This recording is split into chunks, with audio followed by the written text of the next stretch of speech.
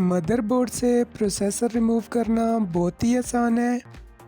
अब मैंने processor lock वाली पिन को प्रेस करके ओपन कर लिया है। अब मैंने प्रोसेसर सॉकेट कवर को ओपन कर लिया है।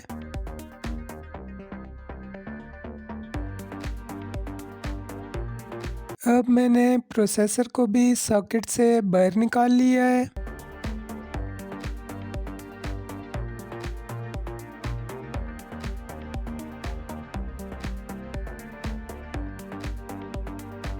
अब प्रोसेसर के कट्स को बराबर रख के मैंने प्रोसेसर को दोबारा सॉकेट में लगा दिया है। अब प्रोसेसर की सॉकेट के कवर को बंद करके मैंने दोबारा प्रोसेसर को पिन की मदद से लॉक कर दिया है।